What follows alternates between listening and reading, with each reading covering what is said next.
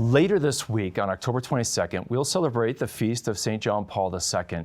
And he really encouraged the church throughout his pontificate that we should move towards a new evangelization.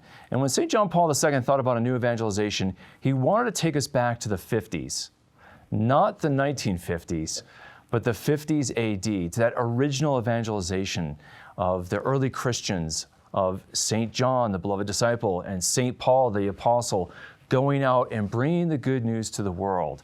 And with the name John Paul II, I'm sure he thought about those early Christians, but he brought everything in his pontificate towards this great Jubilee year, 2000, and the 2000th anniversary of the birth of Christ. And he wanted us to begin this new millennium with the idea of Christ and the proclamation of Jesus Christ. Well, what is new about the new evangelization? That's what we're going to talk about tonight.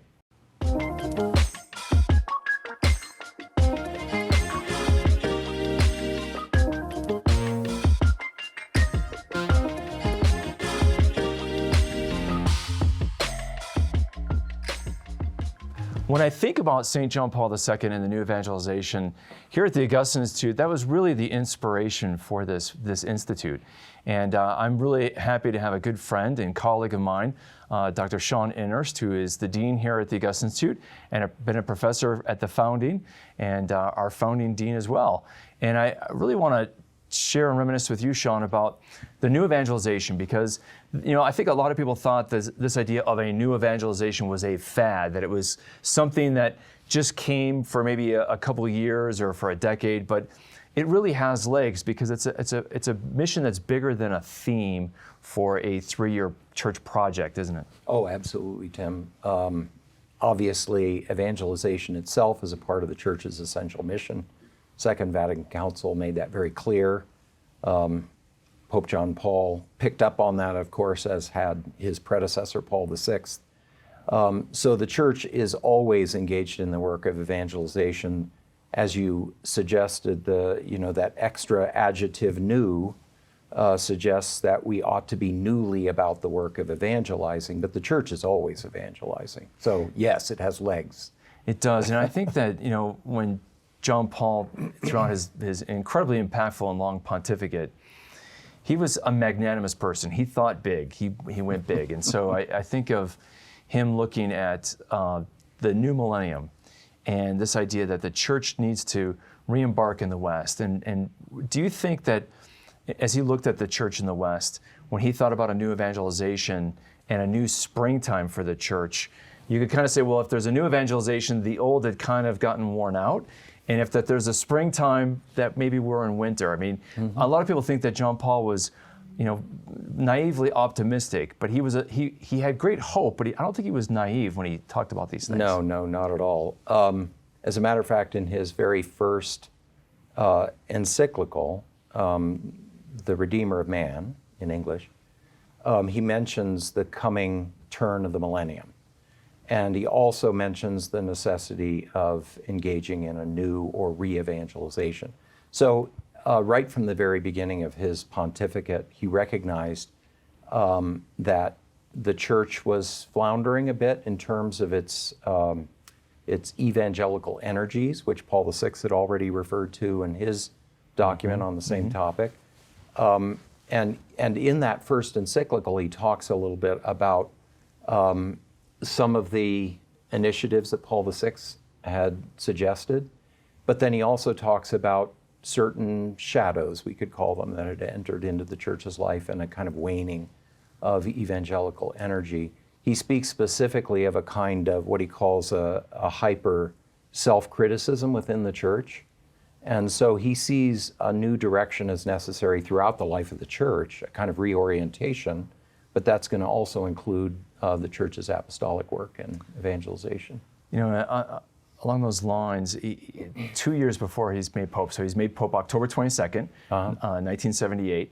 2 years before that, he does the Lenten retreat for the papal household and for a lot of the cardinals in Rome. And here's this young, dynamic man from Poland who gets tapped to give the retreat for the papal audience. Yeah. And the title that he chose for that retreat really speaks to both his boldness and also his sobriety, that the church was going to face trouble in the world today, in the modern world. I mean, he entitled it a sign of contradiction. Yeah, He, as you say, he was sometimes characterized as being overly naive or overly optimistic. He was simply possessed of theological hope. As a matter of fact, I think George Weigel reports that the nickname they gave him inside the Vatican was His Holiness the Hope, rather than the Pope. So his optimism was actually the theological virtue of hope. He wasn't naive. I mean, how could a man who had lived through, the Nazi regime and the communist regime in Poland be, a Pollyanna? He recognized the difficulties, the frailties of human life and history, but he was possessed of theological hope, right? A belief that God would win out in the end. Yeah, his faith was robust, and one of the things I love about him is that wherever he went, he proclaimed the gospel boldly. And I think back to our experience back in 1993. You and I were working for a young bishop at the time, Archbishop, then Bishop Chaput, Charles Chaput, at Rapid City, South Dakota. And you and I went down with all the youth from Rapid down to Denver for World Youth Day, and had that chance to experience St. John Paul II in action with the young people. Yeah, and that was quite an event. I think it's not only marked Denver and its environs, but I think it marked the world.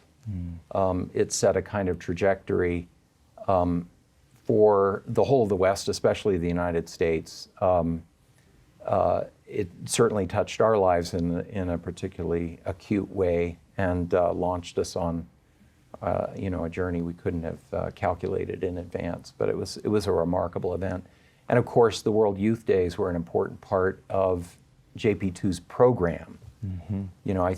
I think he made a considered decision to not worry so much about the Roman Curia, perhaps even his own generation, and decided to appeal to the next generation. Others have called it the Joshua principle, right? Sort of bypassing this generation and moving to the next, as Joshua wandered with one generation in Israel and waited for the next to arise, capable of taking the promised land. Well, and then of course later on you moved to Denver, and I followed a number of years later. But really in Denver, we saw the first fruits of that new evangelization, didn't we? Oh, absolutely. Yeah, a lot of apostolic initiatives here, born of the energy that arose from that event. Not just the work we've done, but a number of our friends and other people in the Denver Archdiocese were inspired by what happened during those few days in that summer of 1993. And we even referred to the seminarians we had in the seminary at the time as JP2 seminarians, right? Yeah. They were inspired by his leadership, his vision, and it has been a joy to teach those folks. And yeah, of course, here at the Augustine Institute, we've talked about being a new kind of graduate school for the new evangelization as our early tagline. Yeah. And talk about how the new evangelization has influenced our work here at the Augustine Institute. Well, we've talked about this so often, so I feel like I'm going over well-worn ground sitting in your presence talking about this. But when we generated the idea, I think God planted it in our hearts. The idea was to generate a school which was capable of equipping people for the work of evangelization and catechesis. And so we didn't want to particularly repurpose other kinds of theological programs, which we had both experienced and gone through ourselves, but wanted to arrange a curriculum that was specifically for this purpose of training people who could answer the call of St. John Paul II to work in the new evangelization. So the whole of the regime that we were trying to generate was precisely a response to that call, and exploring ways in which we could help people respond to that call in the next generation. When you look back and think of, when it's his feast day on October 22nd, when you think of St. John Paul II, what jumps to your mind the most as being impactful for you personally? Oh gosh, there's so many things. But you know, when he was first elected, I was on a student work exchange in Scotland, and I was working with a guy who was a ex-Catholic, anti-Catholic, and I remember we were operating room orderlies in a hospital in Scotland, and I remember sitting next to him and having him mock me, actually, over the death of John Paul I. You know, did God get it wrong? How come the Pope only lived for 33 days, you know? Oh, so God makes mistakes. And I remember the feeling of vindication when JP2 was elected, and here comes this strong, you know, athletic young Pole with this booming baritone voice, and the confidence that he exuded in the church. Well, I felt like I had one-upped my critic. Who can forget his opening words on that balcony of St. Peter's, you know, be not afraid. Yeah. That does embody so much of that man. Yeah, that's right. He had a kind of fearlessness, a kind of physical fearlessness. You know, some people embody, and of course the author of the Theology of the Body should appropriately embody the kinds of things he's saying. But that was one of his skills, you know, because he had been an actor, and he was capable of enacting the things that he spoke about. He didn't just speak or write.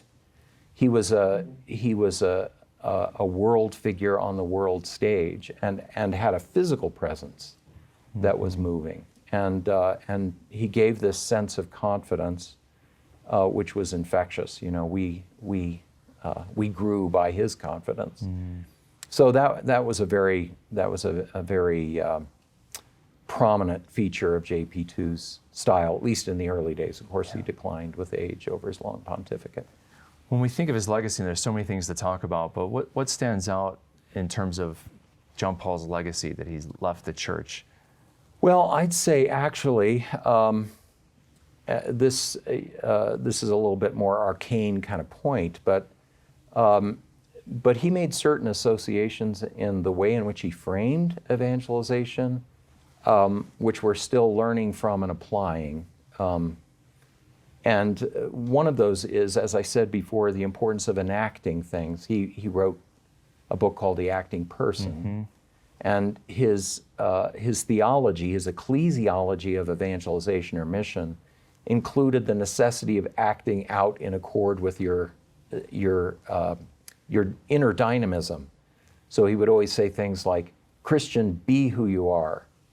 Right? And he was calling the church to be who she was supposed to be by engaging in evangelization. And I think we're still living with the fruit and exploring the possibilities of that principle, right? The necessity of acting in accord with your inner dynamism. That it's not enough to simply be, you have to do.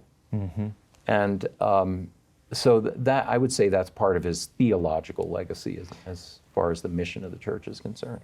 John Paul was such a great leader, but he was also a great thinker, and he led with thinking and his words. What he wrote so much. What do you think is going to have long legacy in the church that we're going to reflect on for generations that he wrote? Well, Veritatis Splendor, I think, probably fairly late in his pontificate. Well, the second half anyway, but he gave us a grounding for moral teaching going forward.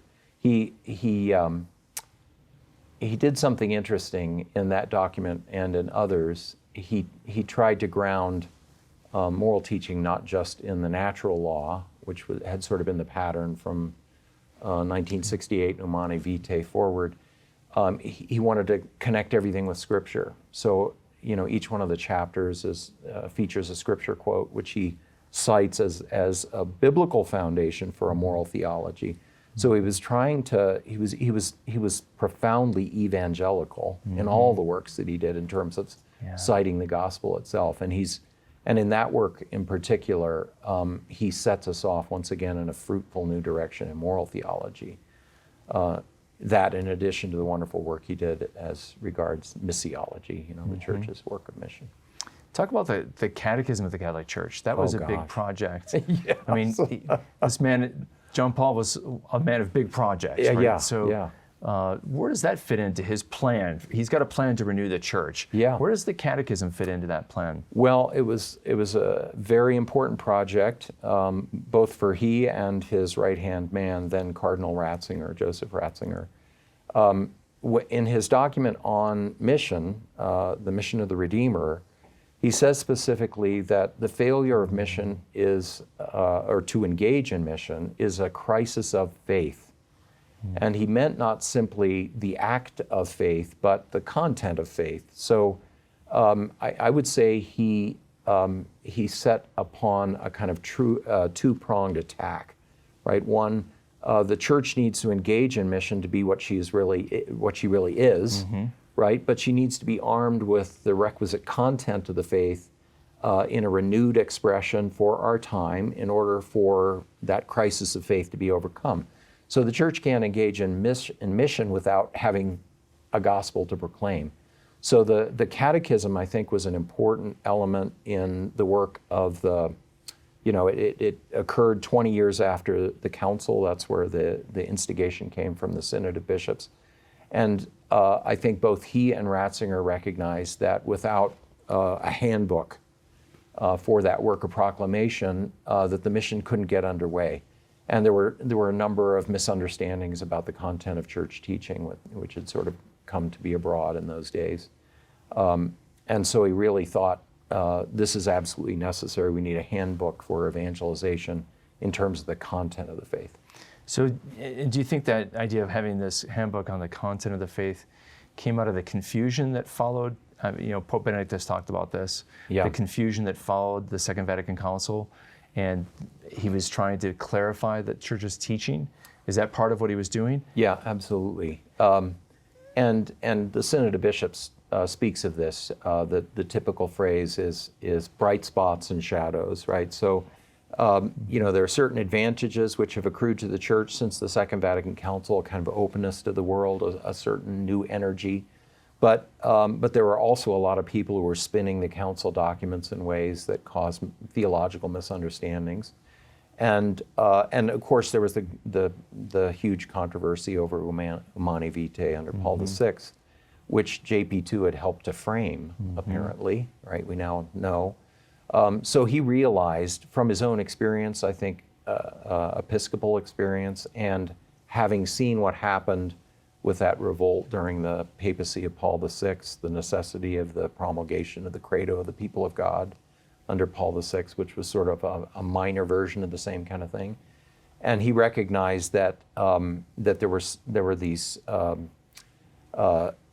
were certain paths that were leading away from the possibility of Christian conviction, and so those people needed to be drawn back.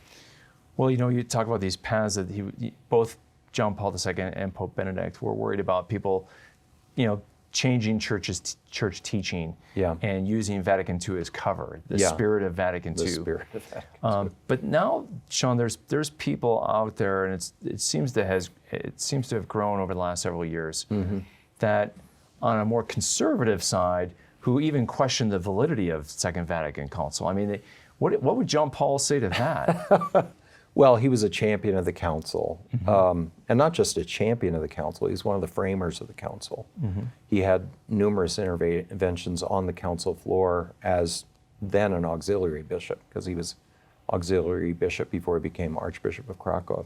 So he was an active contributor and probably helped to frame some of the most cogent elements in the document Gaudium et Spes, for example, probably also in Lumen Gentium. So he was a champion of the council, but he recognized, as we said before, that certain people were steering it in a different direction. And he also recognized that certain emphases that had sort of been even part of the papal magisterium of Paul VI were leading down dead ends, right? And so he sort of wanted to draw back. Conservatives today who suggest that the council is to be called into question because of those variations of interpretation that some people draw from it, it's misleading, most unfortunate, right? The council will be, and JP2 says this specifically, he says the directions indicated by the council will for a long time be the direction in which the church must move, right? But he also recognized that there were these wayward interpretations that had to be dealt with. It's unfortunate that, for John Paul and for Pope Benedict, they were trying to show that the council was faithful. Yeah. It wasn't, an aberration or a breaking from the church's tradition, and their pontificates were teaching and clarifying that. Yeah. And for people today, after their pontificates now, to simply say, well, Vatican II was trying to change the church's teaching, they're siding with the very opponents on the left that John Paul II and Benedict were opposing. Yeah, that's right. Once again, going back to the Catechism is really, I would say, the proper interpretation of the council documents. I gave a talk during the Year of Faith quite some time ago now, but it was titled "Getting the Council," and it was based on what the Catechism says about these various issues of controversy from the Second Vatican Council. You get clear statements, in a certain sense, corrective statements, because a little simpler, more direct than the longer text that you get in the council documents. Yep. And they were intended to clarify these issues, right? So if you want to understand the proper interpretation of the Second Vatican Council, don't look at the wayward theologians, look at the Catechism. Yeah. And the Catechism was carefully crafted to face particular issues that Ratzinger was seeing, in his position at the Congregation for the Doctrine of the Faith, and knew needed to be responded to. So I know some of the people who are involved in framing out certain parts of the Catechism. They were specifically tasked with making sure certain things were said to correct, common errors at the time.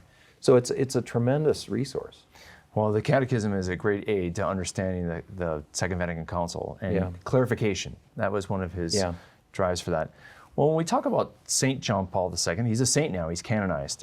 Pope Francis oversaw the canonization of John Paul II. Let's talk about the spirituality of John Paul. What strikes you?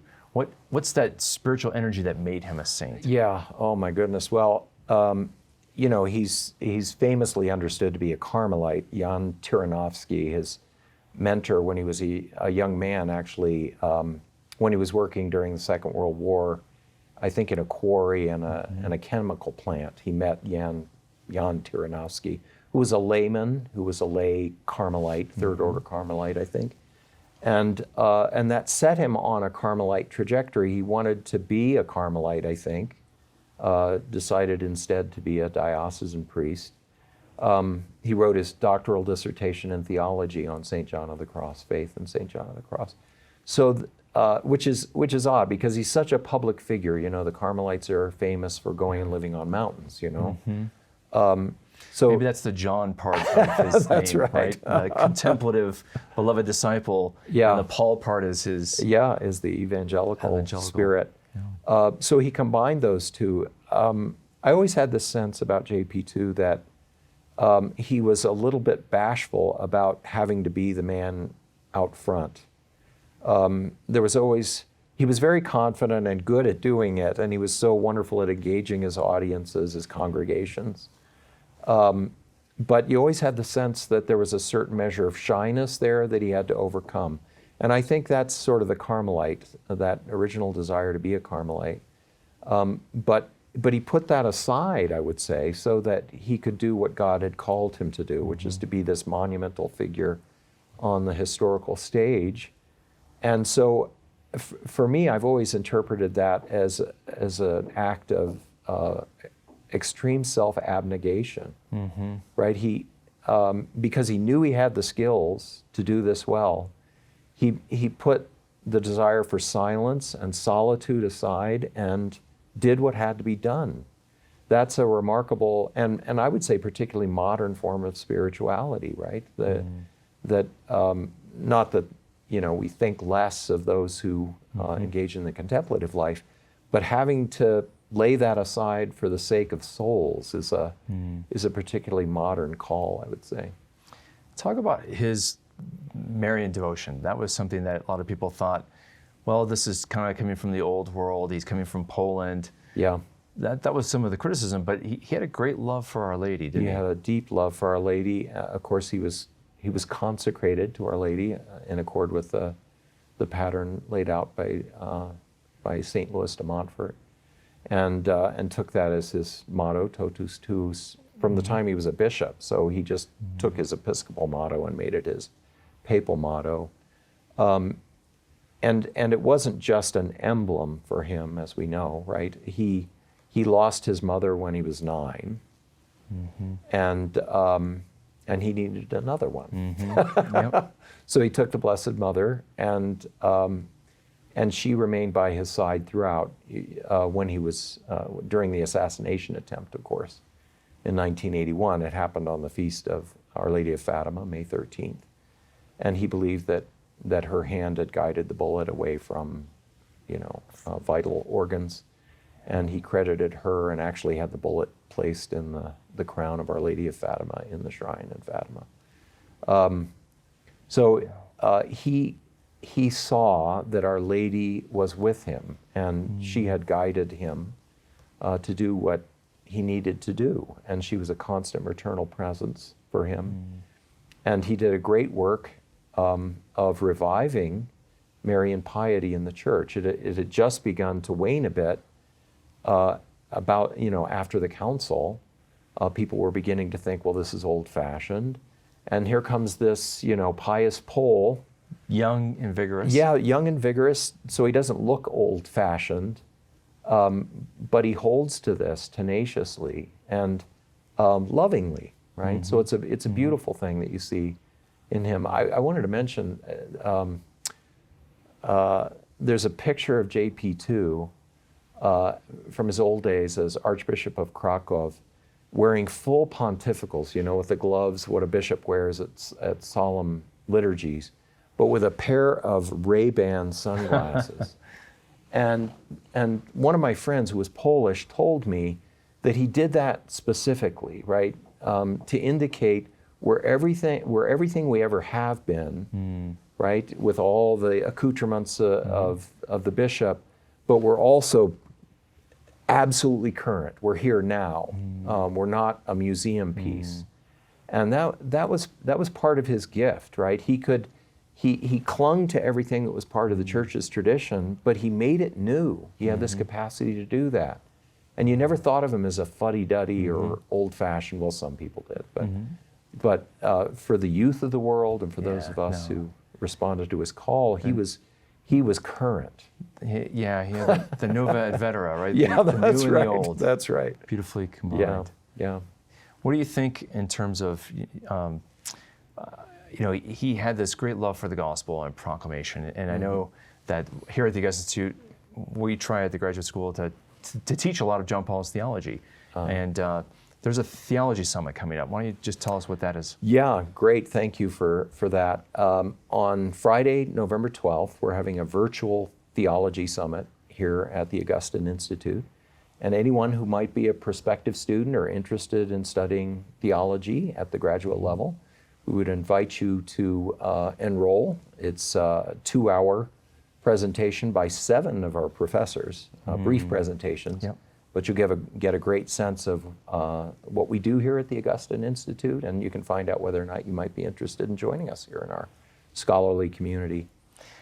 And we have people from all walks of life at the Augustine Institute. Oh, we sure online do. with our online program, right? People who are young and people who are, finishing Not up a so career young. and want to do this for personal enrichment, but they also want to do it for apostolic reasons. Oh, yeah. So we have a tremendous variety of people. We have very traditional students who are just coming out of college, and they're a joy.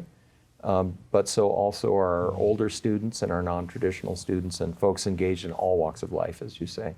Well, thank you for putting that together, and thank you for being on the show today. Yeah, it was a great pleasure. It's a great pleasure to talk about this great saint, St. John Paul II, and the great work of the new evangelization, in which we're all summoned.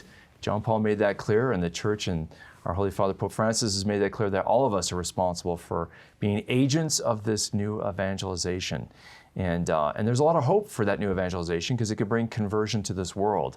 In fact, next week we're going to talk about an amazing conversion story with Jim Wahlberg, who will be our special guest. His book, The Big Hustle, which is about his dramatic conversion experience. And Jim's story is one that will be inspiring. It'll show you that there's a lot of space and grace out there in the world for conversion. All we have to do is be witnesses of that joy and that hope that St. John Paul II was. Thank you for joining us, and special thanks to all of you who support us through the Mission Circle. We're grateful for your support. It allows us to have this ministry. May the Lord bless and keep you all.